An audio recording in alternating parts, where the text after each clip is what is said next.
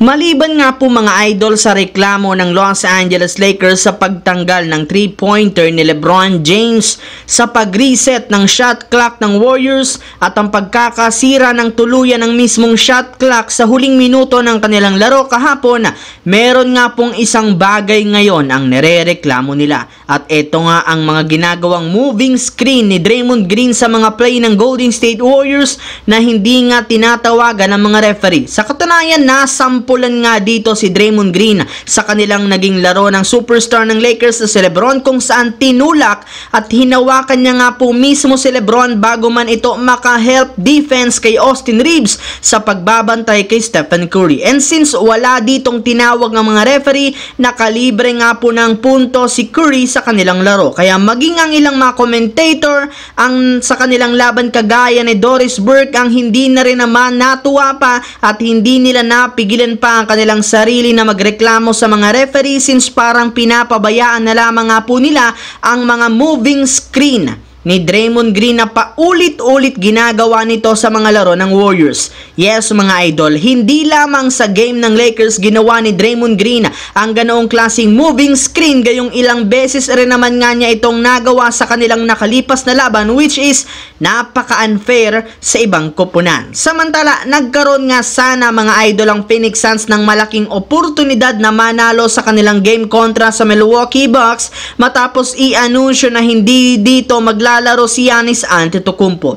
Ngunit sa hindi nga inasahan, kahit sobrang undermanned ang Bucks, natalo pa rin dito ang Phoenix Suns na hindi rin naman ikinatuwa ng kanilang koponan. Kaya iba't ibang pambabatikos nga po ang kanilang natanggap, lalo na ng kanilang superstar na si Kevin Durant, gayong nakapagtala lamang ito ng 11 points sa kanilang 41 minutes. While alam rin naman nga po ng kanilang team na napakahalaga ng mga natitirang laro ngayong season, kaya hindi pwedeng magpakampante ang kanilang mga players. Ngunit sadya nga, sobra lamang talagang nag-struggle ang Suns sa kanilang laro, lalo na si Durant na mukhang may tinatamong injury sa kanyang katawan, since hindi nga maganda ang galaw nito. Dahil dyan sa pagkatalo ng Suns, tuluyan na nga silang nahulog sa ika-8 pwesto sa Western Conference. Sa kabilang dako naman, since opisyal ng pasok ang Boston Celtics sa playoffs ng East, wala rin naman nga ibang kupunan ng may kakayahang makadikit o makatabla sa kanilang kasalukuyang record.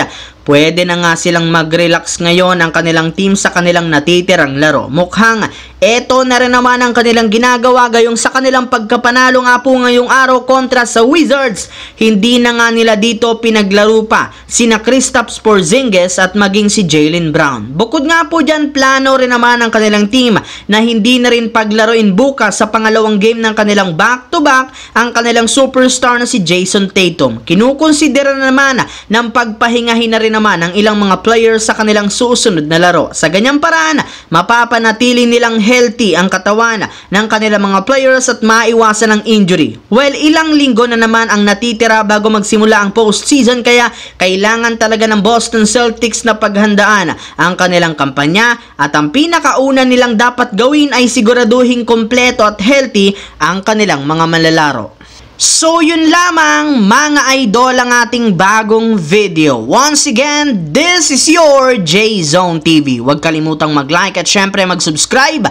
Pindutin ang notification bell sa akin channel para lagi kayo maging updated sa mga videos na pinapalabas ko. So yun lamang mga idol, maraming salamat po.